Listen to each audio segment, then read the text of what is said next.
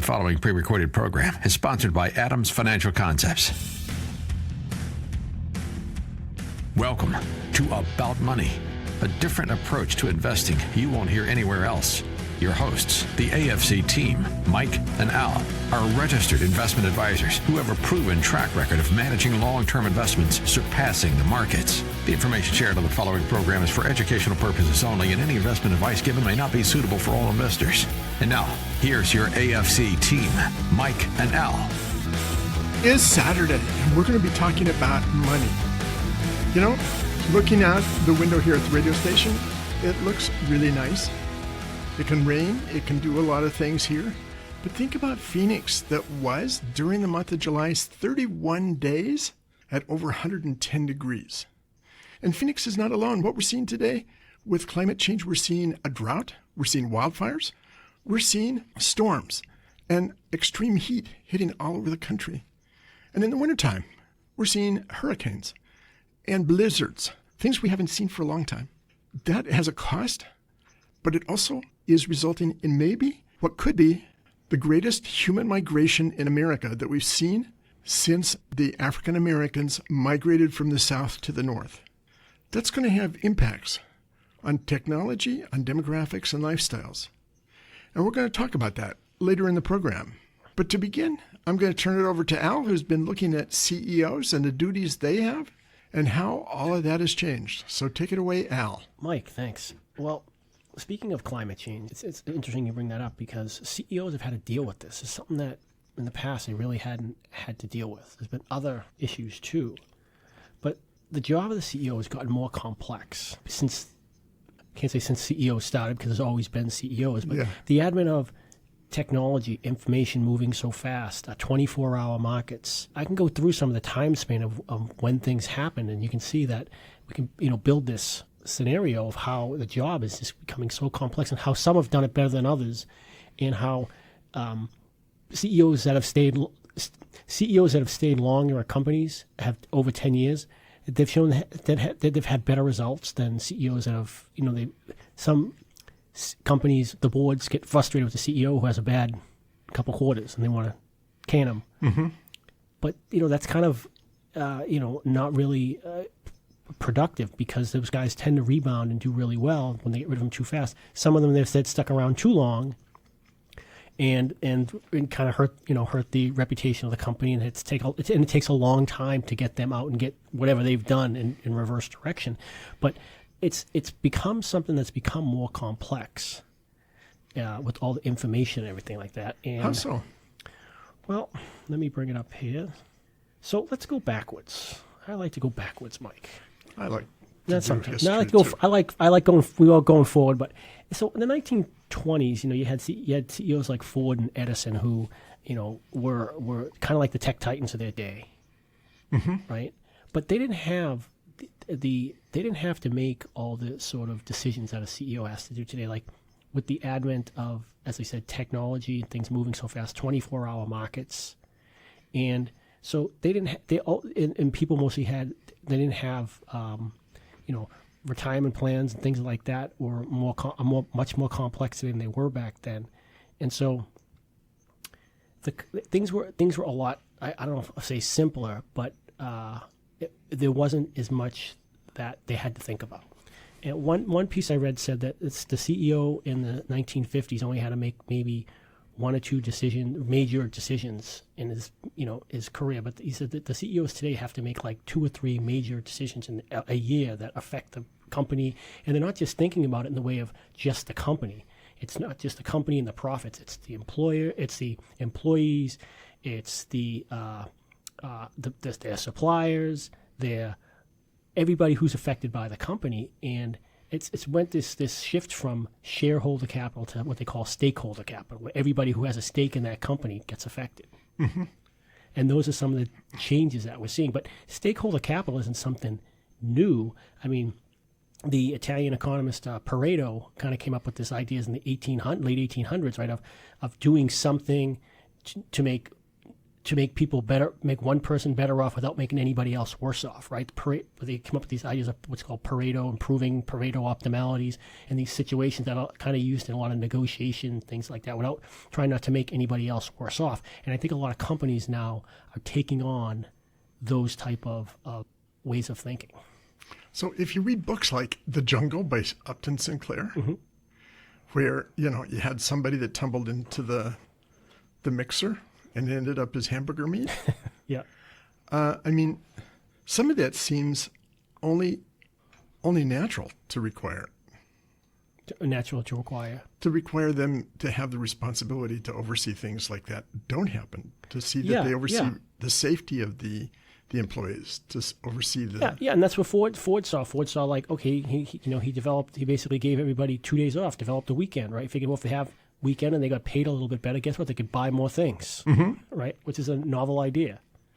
But then you fast forward to the 1950s, when I said about CEOs didn't have to make a tremendous amount of decisions like they do today, major decisions. But back then, there were mostly people. Mostly people were on pensions. There were no 401ks. Right. So, as the complexity of the job for CEOs has become more complex, over the last, say, 40 years, we've put more on the worker. For the worker, he's had to think about a lot more than just his job. Okay, but I want to go back to 1950s, because in 1950s, Mike, I want you to think about this number. There were 100 open-ended mutual funds. There are 100 open-ended mutual funds. Correct. How many are there today? I can't even tell. 10,000? 10 million maybe. At least right? 10,000. But the complexity of the market and staying, companies focused on staying in the S&P 500, staying in the Dow, and these type of things they have an impact on the company and what their focus is and what they're trying to do. And from shareholder standpoint, that's all positive. Yeah. Sometimes I wonder if that's the most positive thing for companies. To stay focused on? No, it isn't. I don't think it is to stay focused on it. I mean, we talk about, and then focusing, I didn't look this up, but I don't know when companies started focusing so much on just the quarter, and everything focused on just a quarterly time frame. I licensed in 1986, and at that time, you had a lot of mutual funds that were doing well, that had an 8% load up front. And a 4% load was really considered low. Yeah. And then, of course, came the no load and the 12B1 funds. But there were fewer funds, and there was more acceptance from mutual fund managers looking at the longer term. Yeah.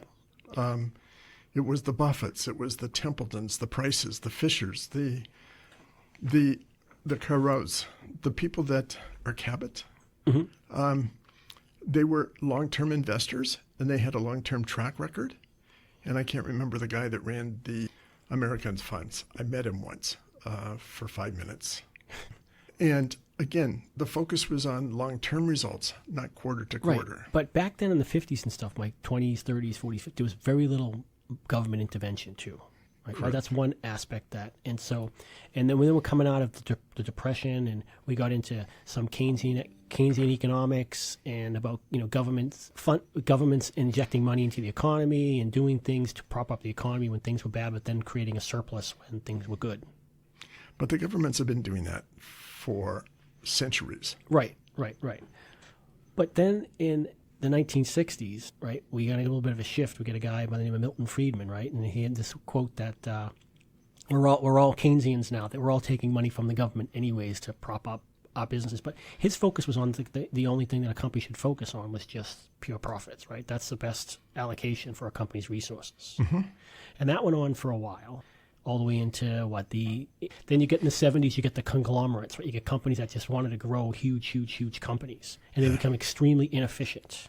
Because just being bigger does not mean better. Right. And then you get up to the 1980s, and you get a guy by the name of Jack Welch, Neutron Jack, right, who basically gutted General Electric. Yeah. And said, no, smaller, more efficient companies is the way to go. But that being said, the other thing in the 70s, the thing with the change is globalization. That really wasn't happening before. We didn't have foreign competition. We didn't have the Japanese. We didn't have the information that can be passed so quickly today. We didn't have 24-hour markets like we. Yeah. No, all that's really changed. It's also opened up the markets overseas. 24-hour trading, especially in U.S. securities. So how has that made the job of the CEO more complex? They don't have the time to react to things. They have to be on top of everything. Governments have gotten more involved, especially after we've seen 2020. What happened in 2020 with George Floyd, COVID, and all that type of stuff. There's been a huge response to that, and so CEOs have been kind of had to, make some decisions on making a choice of, I'm going to be on this side or that side, and it's caused some issues politically. The politics has really gotten in the way of running a company. I don't know about that. Look at it. We're coming to a commercial break. When we come back, I have some other thoughts about what CEOs should be doing and shouldn't be doing. About Money with your AFC team, Mike and Al, on AM 1300, The Answer. For more information, click on adamsfinancialconcepts.com. All right, so let me digress here for a second. Okay. Let's go back to 2000, Mike. Yeah, We had the presidency of Bush and Gore, right? correct. And we had the hanging Chad. Yep. I think that was the time that the country's just like the split started. Yeah. Then you had. It was let me jump ahead. Then we had 9/11, right? We went into the Iraq War. We've had the rise of social media where people could get online and voice their frustrations. You had all that going on, and you had the bust of the .coms the year before that. Then you had the the Sarbanes-Oxley, where now CEOs will basically have to sign on the dotted line that their financial statements are true, which I don't have a problem with, but it just creates another layer of government that says, okay, now you have to do this. Fast forward 8 years later, we have the great financial crisis, where a lot of companies, banks, and stuff like that were not playing, and then we have more regulation with Dodd-Frank on banks and some non-financial institutions, which, if we don't have a solid banking system and that stuff, that really creates a problem. So then we get to 2020, we get to COVID, and we get to George Floyd, and we get to some companies, we've seen the last year trying to take positions on one side or the other side of whether just starting what became was ESG funds, right? Environment, social, and governance funds. People saying, okay, BlackRock in particular made a huge push into that. And then you had things like what Target did with their putting out all their transgender and stuff like that, focusing on that type of stuff, right? They made a decision to do that. Whoever made the decision to do that, the companies took a stand on something, whether right or wrong, but they made a decision. And for that, I think they're responding to their consumers. The customer's always right. I talked to another person one day who said he's going to start a company and the customer's never going to be right. And I understand that. But I mean, when you look, you raised the question about the Great Recession. Banks don't want regulation. Right. Don't interfere. Don't put the government shouldn't be involved and so on until we hit a crisis. Yeah, and then, right. Then the banks want people to bail them out. I agree. I agree 100%. The most horrid example was Dick Fuld of Lehman Brothers, who wanted, Geithner and Bernanke to find a buyer for Lehman Brothers. And when they filed for bankruptcy, he walked away with $300 million. I know. How is that right? It's not right. I mean, they should have clawed. They should have clawed it all back. I think, I'm pretty liberal on this whole thing. They should have to go after those guys personally if they do stuff like that. Like, yeah. They should get none of their golden parachutes and bonuses should be clawed away and say, no, we're taking your 16 houses or all that stuff. You should be somewhat liable for that. And I think they have a tremendous amount of power. They make donations of hundreds of thousands and millions of dollars to politicians. We see that happening right now with the $1 billion that go into a presidential campaign. I know. And a lot of that is made by the politicians. And they get a voice. When Dodd-Frank was being considered, there were, I don't know, the numbers may slip off wrong, but there were 50 or 100,000 consumers who wrote about their opinion for Dodd-Frank. But there were 700 people who donated, very, at the $10,000 or more level, who had the biggest say in what went on. Yeah, yeah. And the fiduciary rule that was supposed to be passed out of Dodd-Frank from 2010, which says every investment should be made in the best interest of the client, the investor, that never made it out. No. Guess who pushed against it? Oh, I know. All the banks and the big brokerage houses. And they had enough power to force that out of the consideration to the point that we still don't have a fiduciary rule. Well, we do. We have one through the Department of Labor. Yeah, kind of. But it's not come on, really. I'm sorry, Mike. A fiduciary rule doesn't do anything. I mean, you can put all the rules in place you want. If somebody wants to defraud their clients out of their money, they're going to find a way to do it. Oh, sure. But So the firms then have a responsibility to make that up. I understand that, but you're talking about some of the paperwork and regulations they put together with it were just, ridiculous. I saw some of the paperwork that we would have had to fill out, and I was like, oh, are you kidding me? I know. Are you kidding me? I mean, That's the drawback. That's the problem, right? Is all of a sudden you and I know that paperwork and legality in this business is already bad enough, but now they're going to say, okay, now you got to fill out, a guy wants to move $500 and you need to fill out a phone book full of paperwork to do it. And I just find it like, okay, if somebody really wants to go out of their way to do that, they're going to do it. But back to the CEOs. Anyway, back to CEOs. The changes in ESG funding and things like that. Like Larry Fink is one example. He's taken a lot of heat from BlackRock for going into this, right? But BlackRock, I read some articles about that, some of the ESG funding that they're doing, and some of it's not even ESG funding. Like one company that they invested in, I think $100 million, was just to say that their fund was ESG. It was a car dealership in the South in Texas that was selling used cars or cars to low-income people at exorbitant interest rates. And one of every 5 cars was possessed. Another article, I'm not saying BlackRock was involved in this, but it was a non-bank institution that was getting funding from banks saying that, oh, yeah, we're an ESG companies in Barron's, and they were saying that they were going after and helping low-income people, particularly Black and Hispanic people, to get home mortgages. Well, their target market was like people in L.A. and actors who had like variable income and had assets all over the place. One of the people they helped was Johnny Depp, and they said, and they helped a couple really wealthy Black actors, and they said, oh, that's our target. I'm like, well, wait a second. At what expense? At the expense of the people they were supposed to be helping, who were, people trying, low-income Blacks and Hispanics who were trying to get into home ownership. And so some of that stuff is, and then you and I sat in that conference a few weeks ago, and that woman speaking about those people speaking about ESG, and there's like 30. There was one guy said there's 300 criteria for it. It's a moving target. It's nebulous, and so I think Fink's taken a lot of heat for that because of those type of things, but he's made a decision to do it. No, it's in many ways it's become more complex for the CEOs. In many ways, they've got much more power to be able to do something about those things. And they also have a responsibility to the shareholders. They do, yeah. And we are the owners of those companies. Right. And so the head woman that was at that panel for Seattle, she runs about $4 billion. She said, yeah, we look for companies with ESG. We try to get their governance. We encourage this. We talk to them about it. She said, but at the end of the day, I need to provide a rate of return for my pensioners who are expecting to get a check at the end of the month. I agree.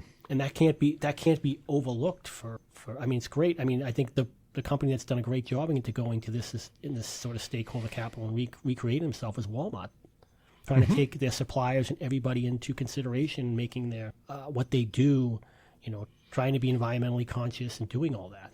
And I think companies can have a great power in making those things happen, and they should have some of that responsibility. And it's great in my mind to see that they're doing that without being forced by the government. Yeah, I agree. I think that's the best part of it, is not being forced to do it and let them do it on their own and create it so their boards and their employees can get behind it and say, oh, okay, we kind of see the goal here and what we're trying to do. I started my career in the aluminum industry, and At the time I started was before the big push on pollution. Mm-hmm.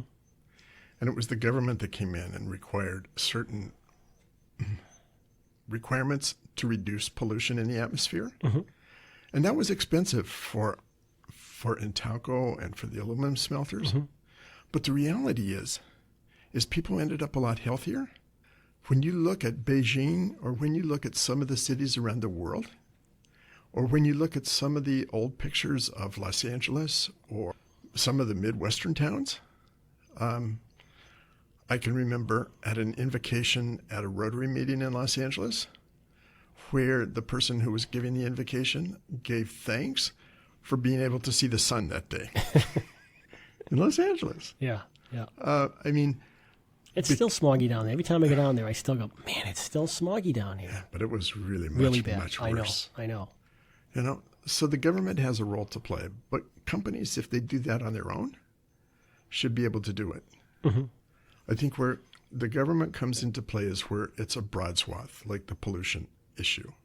Companies that just decide in the aluminum business to just decide they're going to do away with pollution, they may do away with theirs, mm-hmm. but that puts them at a competitive disadvantage to their competitors. Mm-hmm. So I think the government has a proper role to play in some of this. Mm-hmm.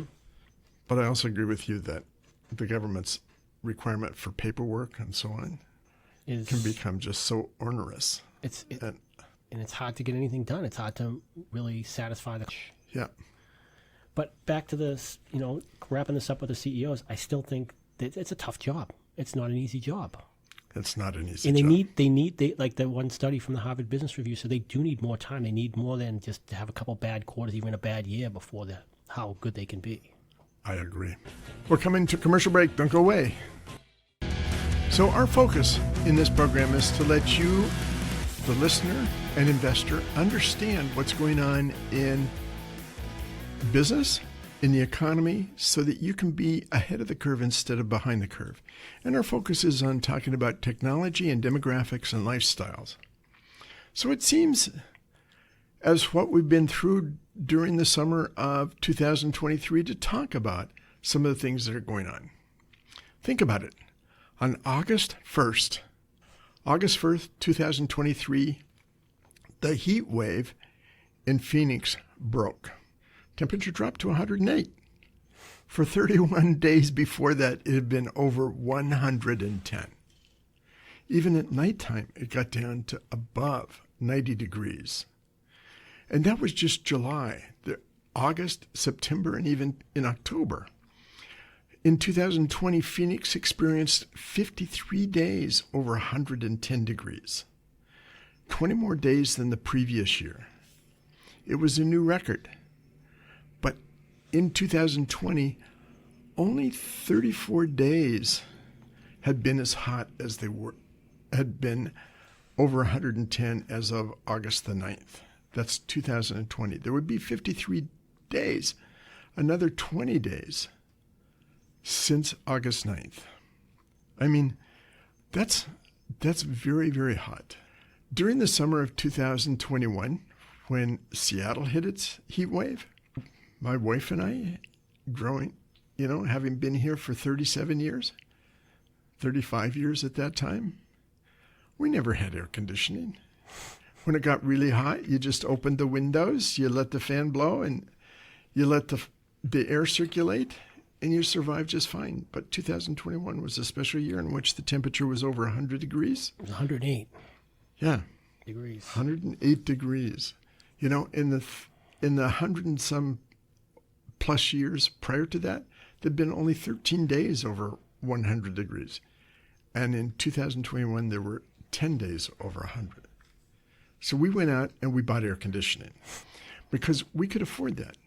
But think about the bottom fifth or the bottom 10th of the workers in Phoenix and the workers in Texas and the workers in Florida that are experiencing this and cannot afford air conditioning.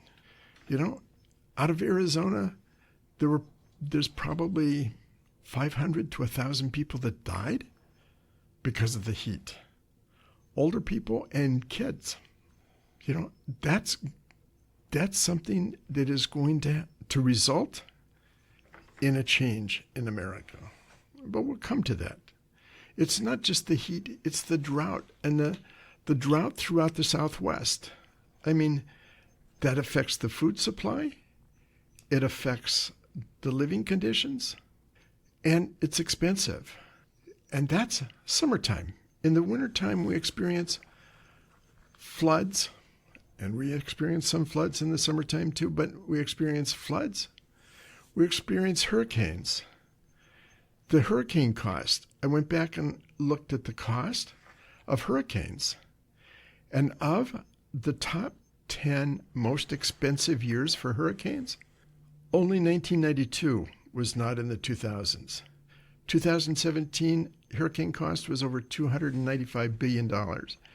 In 2005, 172. 2022, 120. 21 was 80. 12 was 72. You know, the cost of hurricanes, and this is just hurricanes. It doesn't count the flooding. It doesn't count the blizzards. It doesn't count the heat. It doesn't count the drought. It's expensive, and we pay for that. We pay for it in higher insurance. We pay for it in higher medical cost. That all comes to us. The Rhodium Group did a study a couple years ago in which they said we're on the cusp of a great transformation. They believe that 162 million Americans, half the population, will experience a decline in quality of life due to climate change. 93 million will have a severe experience by 2070 if things don't happen. And that's, if you look at what that means, is that it means that 1 in 12 Americans will leave the southern half of the country and move. That's the forecast of the Association of Environmentalists and Resource Economists study. But that's not what we're seeing right now. We're seeing Florida and South Dakota and Texas are the fastest growing states in the country. They are. But northern Utah is number 1 right now. North Dakota, Washington is number 7. California their population has begun to shift out of California because of the cost.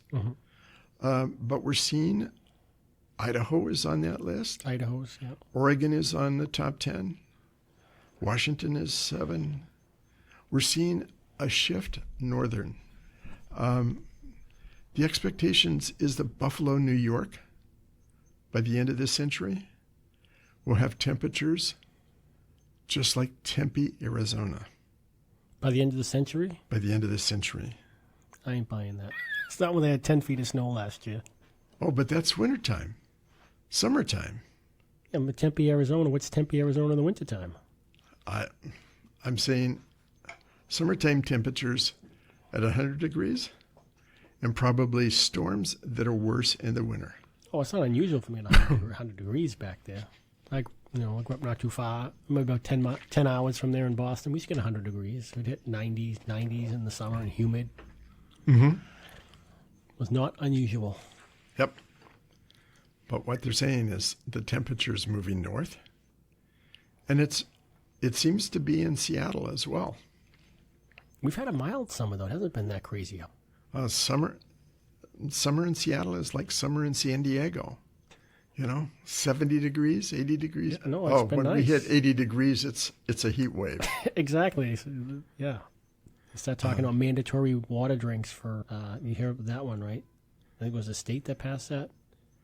Oh, Arizona. The mandatory water drinks. And Yep. I'm like, if you don't know enough to drink water when you're out in the heat, I think you better find a job inside. Yeah. No, in Arizona, we have a friend who has a friend in Arizona who bought a house in Arizona in a new development. And with what's going on, the county has passed a regulation that it's not going to furnish the water for the development. So they have a new house that has no running water. So what are they going to dig their own well? I have no idea. They're in total shock. Well, Well, that's a problem. It's a problem for manufacturing. It's a problem for chip plants. Chip plants use a ton of water, and so they look for places to go where they can get water. Was it New Mexico or what? One chip plant opened up in New Mexico and sucked the ground dry. Water's going to be Water's huge. huge. Yes. I mean, California has been under a drought for what, half a dozen years? Yeah, but it broke the last year. They got the rains in the sea where the drought was. So Yeah, and now it's back again. I mean, one thing about Washington is we do. Temperate weather. The forecast is that we will become a megalopolis between Seattle, Tacoma, Everett. It will continue to grow. Oh yeah. And the population growth happening in Seattle, we were up, I can't remember the figures off the top of my head, but it seems like Washington, the population is growing at 70 or 80,000 a year, up from 40,000 the year before. I would guess if the forecasts are right and if the temperature and climate change continues, we're going to continue to see that. We're going to continue to see fires in Florida and Georgia. The weather is going to have an extreme impact on what goes on. And that's going to affect what happens in terms of technology, what happens in terms of lifestyles, and demographics. Population shifts we saw from the late 1800s to the early 1900s, that population shift that shifted the African Americans from the south to the north.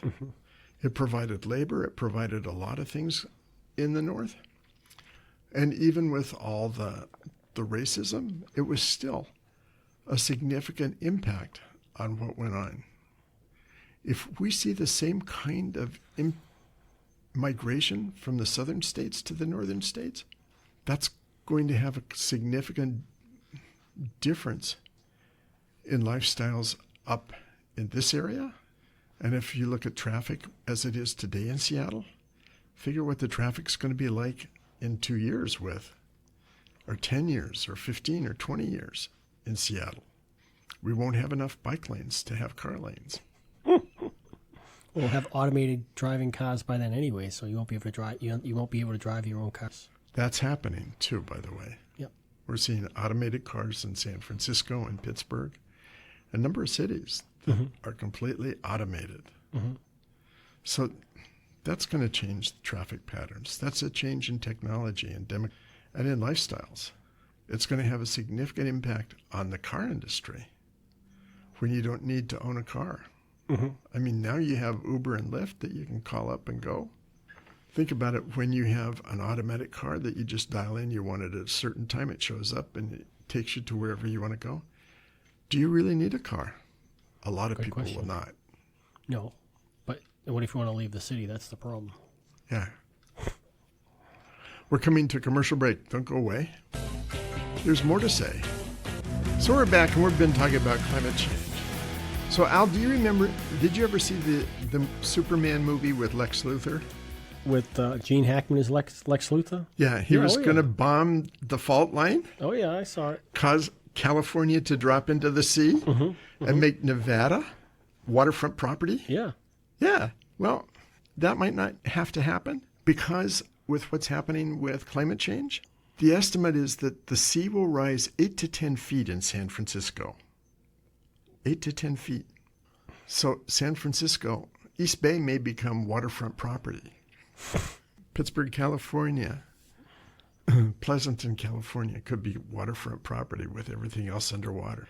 In Seattle, the Seattle shoreline's expected, or water line is supposed to rise 1.7 to 3.1 feet by the end of the century.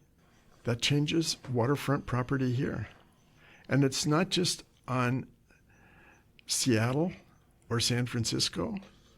8 of 20 of the largest metropolitan areas, New York, Boston, Miami, are going to be profoundly altered if the sea continues to rise at the rate it is.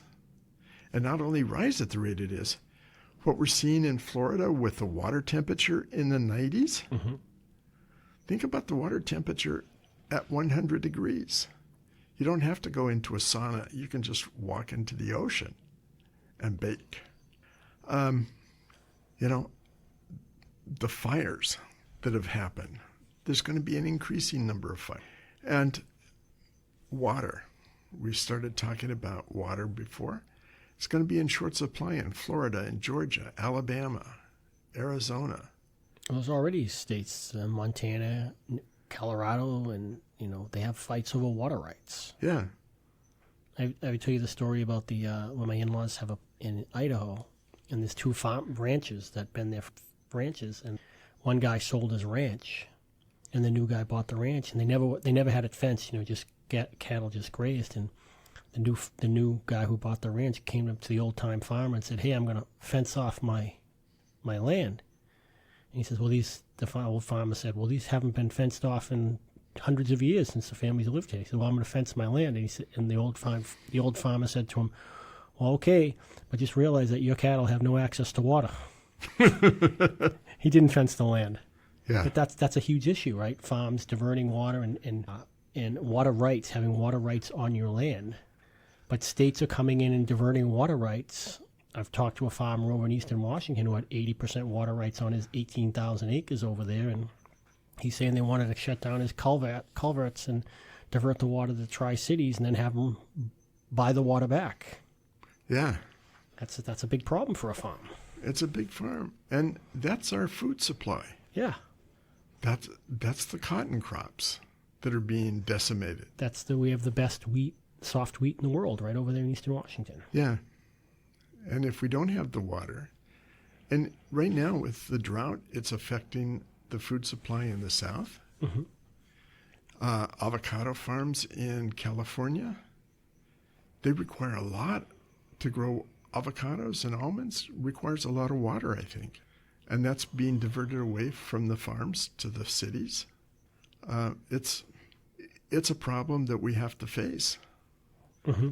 And that means a lot more people will move to Washington and Oregon and Idaho and Montana and Utah. It's going to change the demographics and the lifestyles.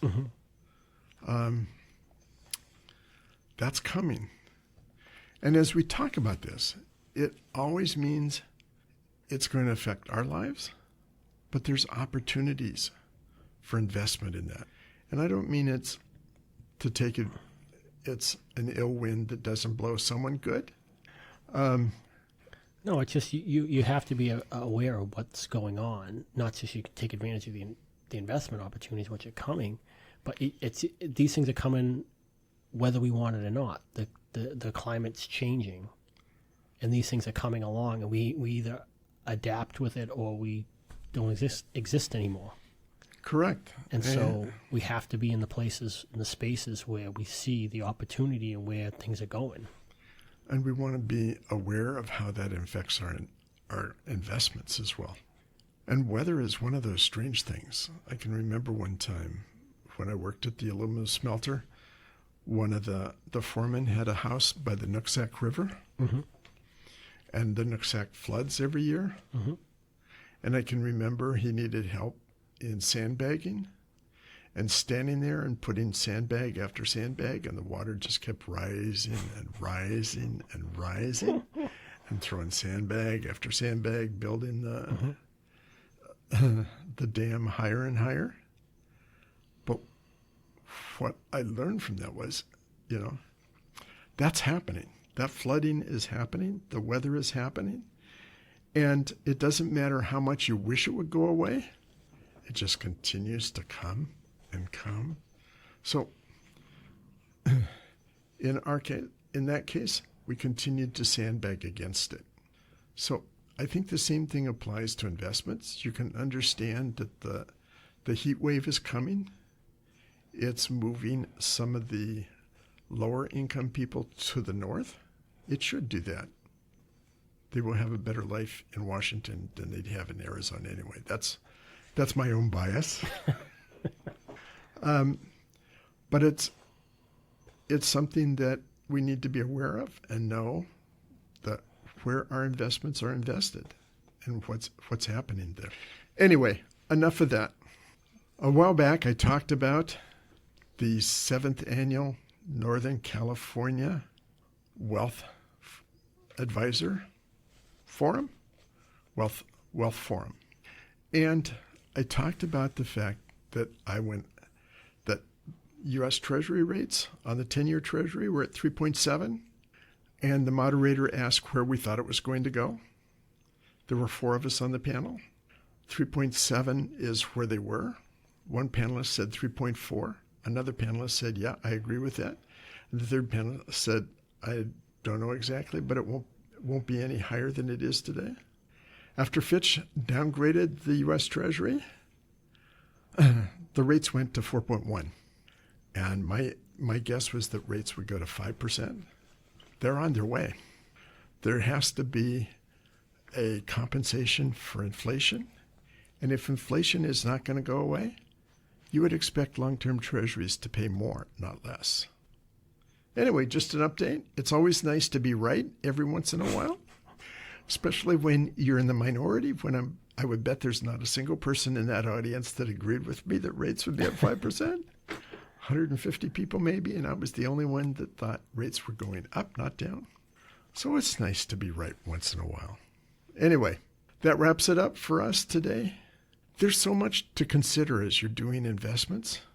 It goes way beyond just looking at the price-earnings ratio. It goes way beyond just looking at the quarterly numbers.